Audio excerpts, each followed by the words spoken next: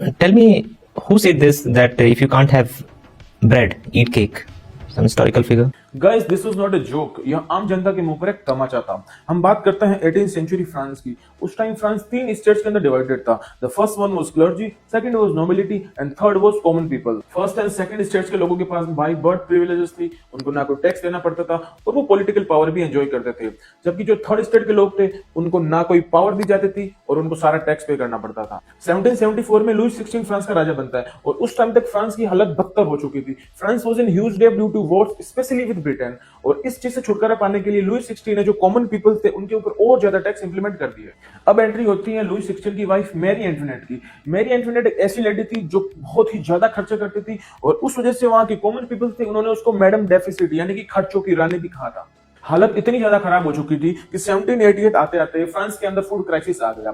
लोगों को रोटी नहीं मिल रही थी, लोग पूरे दिन खेतों में काम करते थे लेकिन शाम तक एक रोटी तक अफोर्ड नहीं कर पाते थे। इधर लोग भूख से मर रहे थे और उधर दूसरी ओर वर्साइल के महलों में रॉयल पार्टीज कंटिन्यू चल रही थी। दोस्तों ये वही वक्त था जब एक लाइन आग की तरह पूरे फ्रांस में फैल गई, लेट देम ईट केक। लोगों का मानना था कि ये लाइन मैरी एंटोनेट ने बोली है, लेकिन इसका कोई हिस्टोरिकल प्रूफ नहीं है।